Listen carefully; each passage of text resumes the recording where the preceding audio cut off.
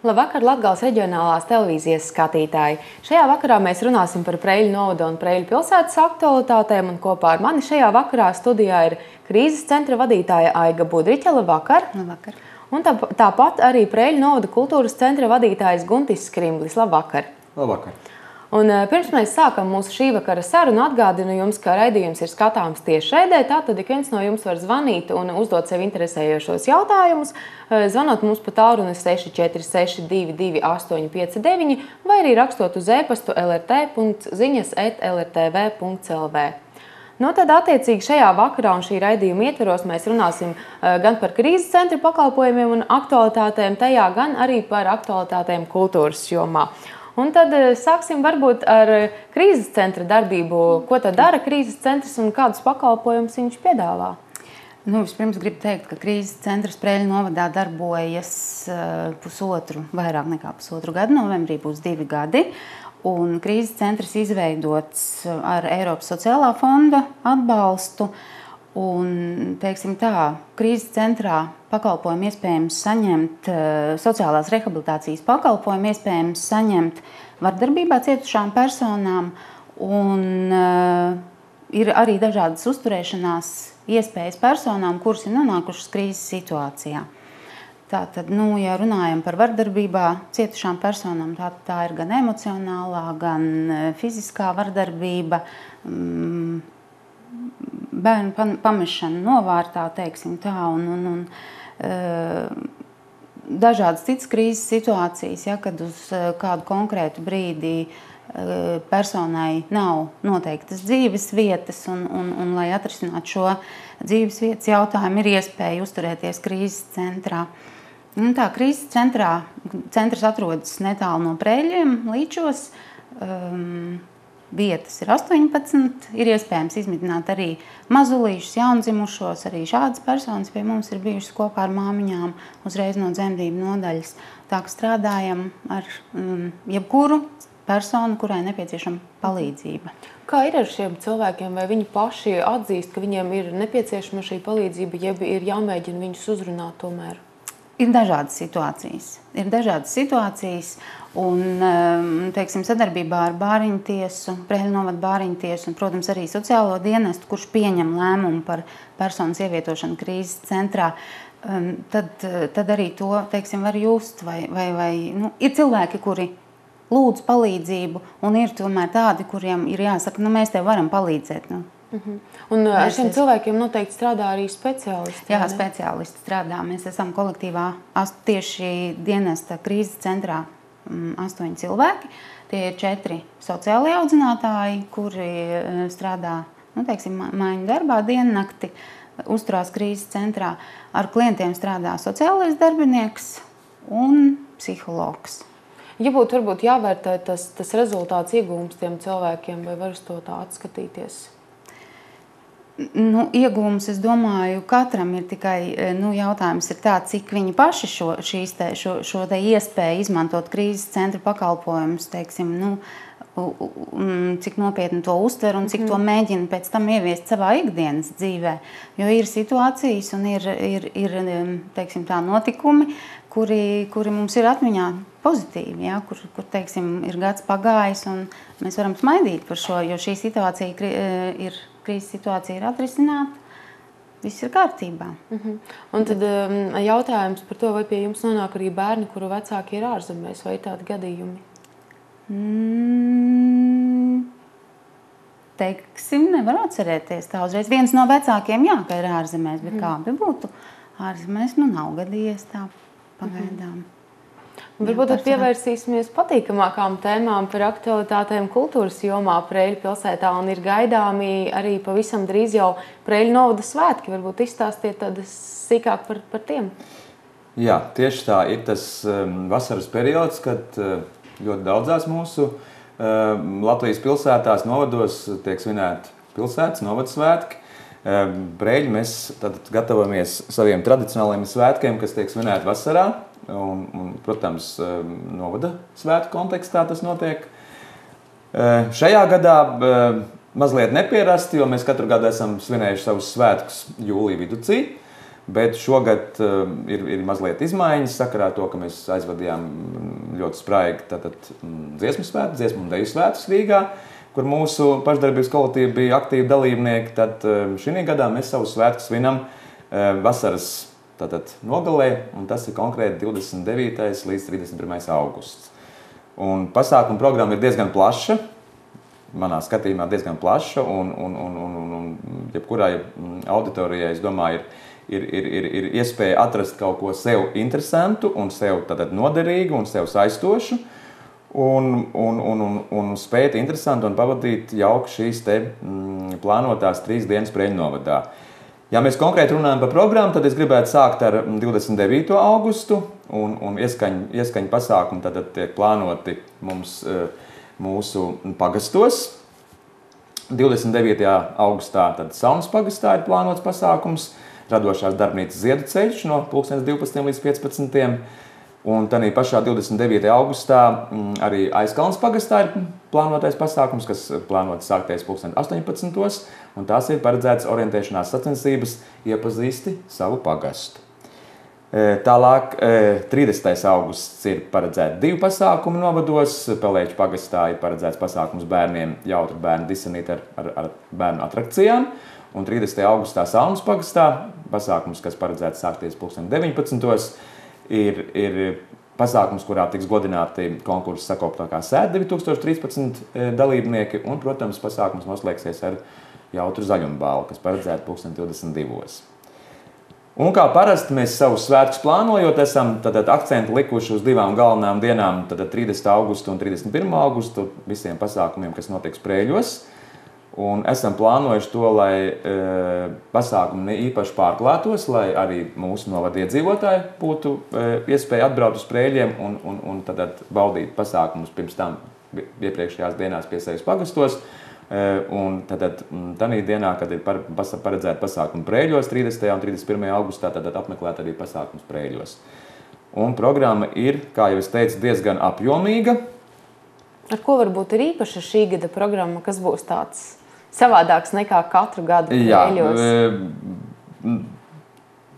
Es nevaru teikt, ka būs kaut kas īpašs tāds, kas nav bijis iepriekšējos novada svētkos, bet mēs esam likuši akcentu 30. augustā uz vairākām izstādēm, kas tiks atklātas Preļos. Tad pirmā, kas tiks atklāta Preļu kultūras namā, Tautas fotostudijas Murmanska izstāde ar mīlestību ziemeļos. Un 17. turpatās Preļu kultūras centrā, Preļu kultūras namā, tiks atklāta arī Nadežas Bulatovas no Jekaterinburgas autordarba izstāde. Ļoti interesanti, ka šīs izstādes ir nākušas no Krievijas. Mēs esam likuši tādu akcentu, jo saistībā ar fotoizstādes varu teikt, ka mūsu fotomākslinieks Igors Pličs, kas ir Preļos, ļoti pazīstams fotomākslinieks, ne tikai Preļos, arī Latgalē. Viņš bija ņēmis dalību ar savu izstādi Murmanskā, un līdz ar to bija sadarbības rezultātā tika piedāvāta šī izstāde no Murmanskas. Mēs arī ar priekšu izstādi pie sevis pieņēmām.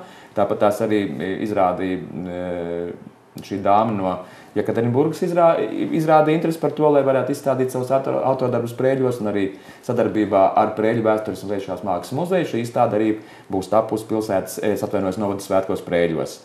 Tālāk 30. augustā ir paredzēts Preļu parka izstrādē, kā jau ik gadus, bet diemžēl pagājušā gadā tas tā nebija. Pagājušā gadā tika Preļi izlaist no šīs aprits, bet šajā gadā atkal pie mums atgriezīsies spēka vīru sacensības. Šajā gadā mazliet savādāk tas nebūs Latgalē spēka vīru čempionāta posms, bet tas būs Latgales rekorddiena Preļos, kurā piedalīsies 5 spēka vīri. Tas būs Artis Plilda no Preļiem, Mareks Leits no Ventspils, Agris Kazeņiks no Ogres, Andris Leišavnieks no Gulbenes un Didzis Zariņš no Mārcienes. Es domāju, ka šī sporta veida cienītājiem būs atkal patīkami stundas jāpavada Preļu parka estrādē, vērojot šīs te spraigās cīņas. Interesants pasākums, man liekas, būs maziņš akcentēts pasākums, būs 21:30 pie mūsu Preļu pils. Pasākums būs tāds maziņš uzvedums, kas saucās Preļu pils stāsti, un kurā ņems dalību arī viduslaiku mūzikas ansamblis Gaura ar savu koncertu priekšnesumu. Un šī diena noslēgsies Preļu parka estrādē 23. ar tādu lielu pasākumu, kas ir paredzēts jauniešu auditorijai, ar daudz DJ piedalīšanos, un kā īpašais viesis šajā estrādes pasākumā ir aicināts piedalīties Kačo. Bet šis vakar nakts pasākums, diemžēl būs maksas pasākums, visi iepriekšēji būs bezmaksas pasākumi, šis būs maksas pasākums, bet ar manā skatījumā ar ļoti simboliski ieejas maksu 2 lati. Es domāju, ka tas varētu būt arī jauniešu auditorijai pieņemami. 31. augusts, tā novada svētku galvenā diena ir, manuprāt, diezgan piesātināta. Mēs viņu sāksim tradicionāli 7:30 no rīta ar tā saukto tirgus ielu, kurā mēs aicinām pieteikties ne tikai Preiļu novada mājražotājus, amatniekus un dažādu amatpratējus ar savu produkciju, bet arī pie mums piesakās labprāt blakus novada, blakus pilsētas, arī no tālākām pilsētām un novadiem labprāt piesakās tātad mājražotāji, amatnieki, tirgotāji, kas šajā tirgus ielā piedalās. Tas būs mūsu Rēņu bulvārs, tiks pārvērsts kārtējo reizi pa tirgus ielu. Neatņemam svētku sastāvdaļu. Jā, tā būs neatņemama svētku sastāvdaļa. Un visi tātad rīta cēlieni līdz pusdienlaikam notikumi norisināsies laukumā pie Preiļu novada domes, kur būs gan mūsu mākslinieckās personības kolektīvu uzstāšanās, gan ekstrēmo sporta veidu šovu programma, gan Latvijas karaoke čempionāta atlases kārta Preiļos, gan viesu mājā pie Pliča mēs prezentēsim jaunu grāmatu, kas ir izdota Latgale fotogrāfijās, gan arī mēs 1:30 dienā noslēgsim šo dienas daļu ar gājienu pa tirgus ielu, kurā piedalīsies Preiļu novada, Preiļu pilsētas, pašvaldības iestādes, valsts iestādes. Arī es ceru, ka piedalīsies kādi no uzņēmējiem. Būs tāds prezentācijas gājiens, kas noslēgsies pie mazās skatuves ar šo iestāžu mazām īsām prezentācijām. Tā būs tātad dienas daļa. Un noslēdzošā daļa Preiļu parka estrādē sāksies 18:00. Tradicionāli ar Preiļu novada domes atzinības rakstu pasniegšanu un goda pilsoņu zīmes pasniegšanu. Un šajā tātad apbalvojuma procedūrā savus priekšnesumus rādīs un mūsu cilvēks priecēs dziesmu un deju svētku dalībnieki. Tad būs 3 deju ansambļi un ceram, ka būs arī viens folkloras ansamblis pārstāvēt šajā vakara daļā. Un tad no 20:20 mēs piedāvājam vakara programmu, kas, atkal man jāsaka, būs maksas daļa. Tā lieta ir sagadījusies, kad mēs cenšamies maksimāli dot to iespēju cilvēkiem izbaudīt svētkus, bet jebkurā gadījumā ir tā, kā ir. Un es domāju, ka šī atkal maksas daļa ir 2 lati uz visu vakara programmu un 1 lats priekš pensionāriem un sākumskolas bērniem. Es domāju, tā ir pieņemama cena, ko mēs varam atļauties samaksāt par programmu, kas ir 20:20 uzstāsies koru karu trešo koru karu uzvarētāja Reizeknes zaļo pakalnu koris pie mums viesosies 20:20 vakarā, un 20:22 būs tā, manā skatījumā, tā pārsteidzošākā daļa, kas Preiļos, tā kā šāds šovs nebūs līdz šim bijis, un mūsu publika nebūs. Pirmizrāde? Jā, tā būs, manuprāt, pirmizrāde, kas katrā gadījumā ir piedzīvota jau daudzās Latvijas pilsētās, jo šī tūra notiek pilsētas un novada svētku ietvaros. Es skatījos pēc programmas, notiek daudzās pilsētās,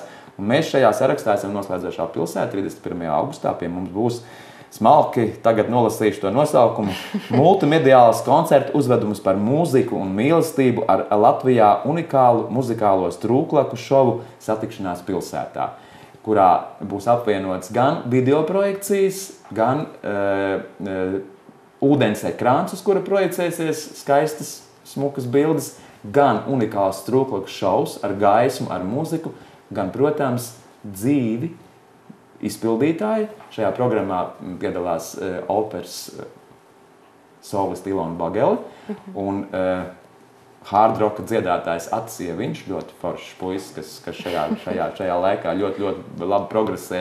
Un viņa var redzēt viņa attīstību šajā visā lietā. Ļoti talantīgs puisis.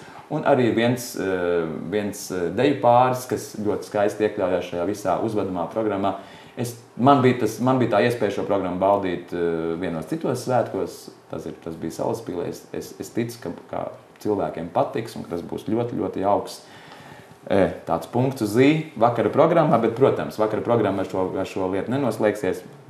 Noslēgumā, protams, ir zaļuma balva un bez lustīgas dancošanas neviena svētka, kā teikt, nevar beigties ar veiksmīgu, ar tādu pamatīgu noslēgumu, kā teikt, lai cilvēki var spēt paši arī lustēties, dancot, līksmoties un justies labi un ērti, gandarīti un patīkami. Tāda ir tā svētku programma. Manuprāt, viņa ir pietiekoši liela un apjomīga.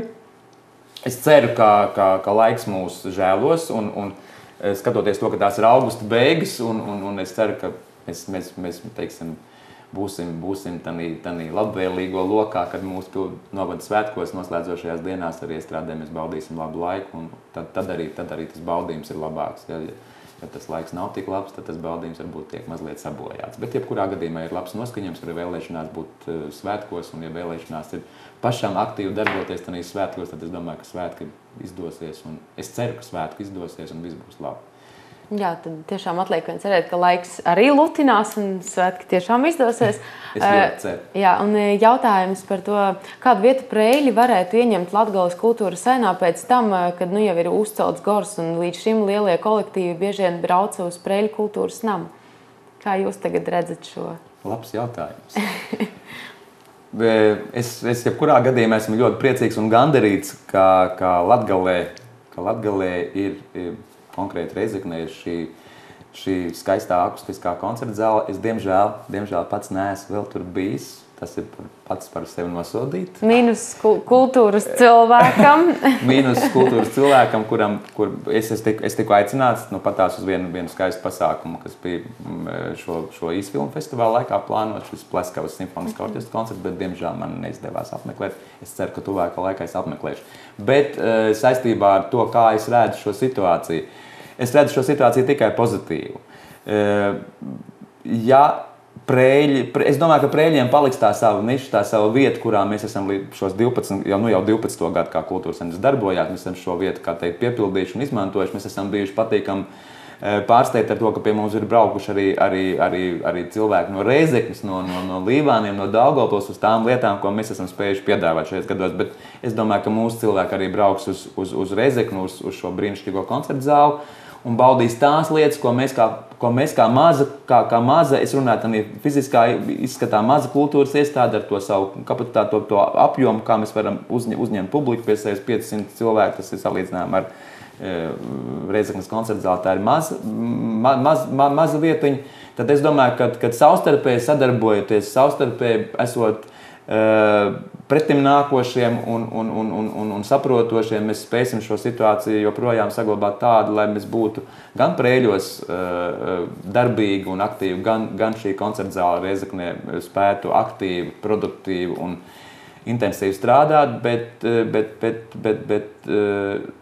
tas ir atkarīgs no tā, cik būs cilvēku vēlme šīs lietas baudīt, apmeklēt un spēja arī par šīm lietām maksāt, jo tas nav mazsvarīgs faktors.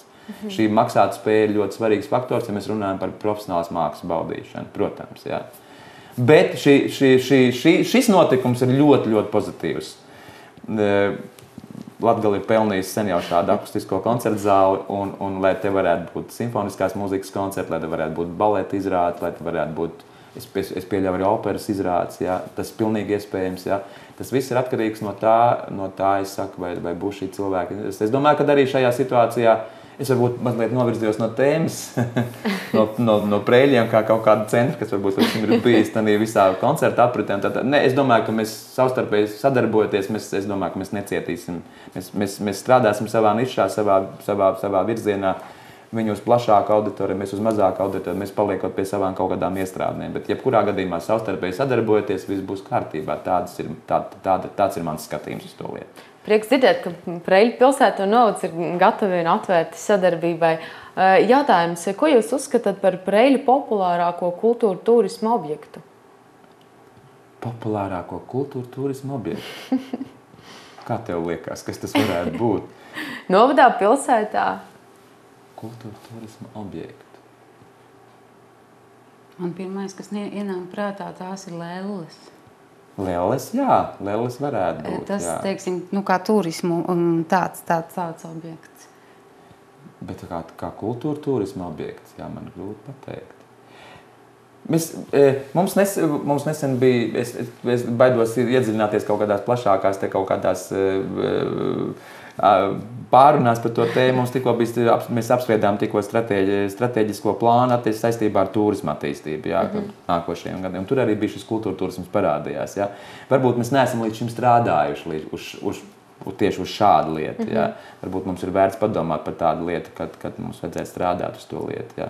Varbūt mums vajadzētu beidzot Preiļos kādu pamatīgi atpazīstamu kultūras pasākumu, kādu festivālu, kādu tradīciju iedibināt, jā, kas būtu šis kultūra turisma objekts, ja mēs piesaistītu tātad iespējamos potenciālos gribētājus apmeklēt Preiļus tieši kaut kādu konkrētas lietas dēļ, jā. Šobrīd Preiļu pilsēta strādā pie populārākā kultūra turisma objekta. Meklējumiem un man grūti pateikt. Es varbūt tā. Vēl jautājums par Jasmužu, par Reiņu muzeju, vai pašvaldība pārņems to kā Latgales kultūras vietu?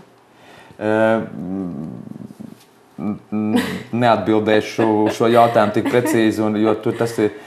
Jā, pašvaldība, es zinu, ka bija tikšanās ar muzeju, ar pārstāvjiem no kultūras ministrijas, no Raiņa muzeja pārstāvjiem, pašvaldības pārstāvjiem. Tas notika Jasmužā, bet es nevaru atbildēt šo jautājumu konkrēti, vai pašvaldība to pārņems. Tur ir daudz un dažādas lietas, kas ir šobrīd vēl pārunu stadijā un apspriežamas un risināmas par to pašu finansējumu, vai tas būs, vai pašvaldība to pārņems kā tikai savā īpašumā ar finansējumu no pašvaldības, vai tas būs valsts līdzfinansējums. Cik man ir informācija, es šo jautājumu tā kā baidos, tad precīzi pateikt, ziniet, jā, pašvaldība pārņems. Bet vai jūs redzat tur pasākumu tādā iznākumā? Es domāju, es redzu, ja runājums par to, kā es to redzu, tad es domāju, ka arī bija mums mājaslapā aktuāls jautājums uzdots iedzīvotājiem, vai ir pašvaldībai ir jāpārņem šis Jasmužas muzejs savā pārziņā un ar kādiem nosacījumiem. Un lielākā daļa no respondentiem atbildēja, ka jā, pašvaldībai jāpārņem šis muzejs, bet ir jābūt valsts līdzfinansējumu šajā lietā, jā. Pašvaldība neuzliekot tikai uz pašvaldības pleciem šo lietu. Jo es domāju, ka tas ir valstiskā mērogā svarīga lieta, šis Jasmužas muzejs.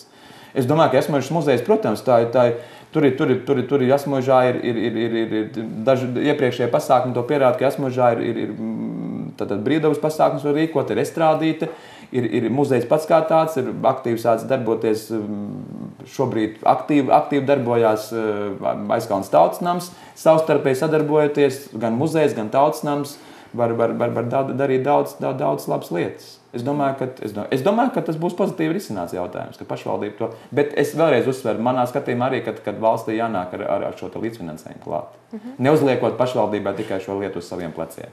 Es tā domāju. Tas ir mans personīgs viedoklis tikai. Uz tādas pozitīvas nots mēs arī varam noslēgt mūsu šī vakara sarunu, un tad visi Preiļu pilsētas iedzīvotāji, novada iedzīvotāji un arī citi viesi ir aicināti uz Preiļu pilsētas svētkiem. Laipni gaidīt. Svinēt kopā. Un paldies jums, ka atnācāt šovakar un izstāstījāt, un skatītājiem paldies, ka skatījāties, un uz saredzēšanos atkal un citreiz. Visu labu!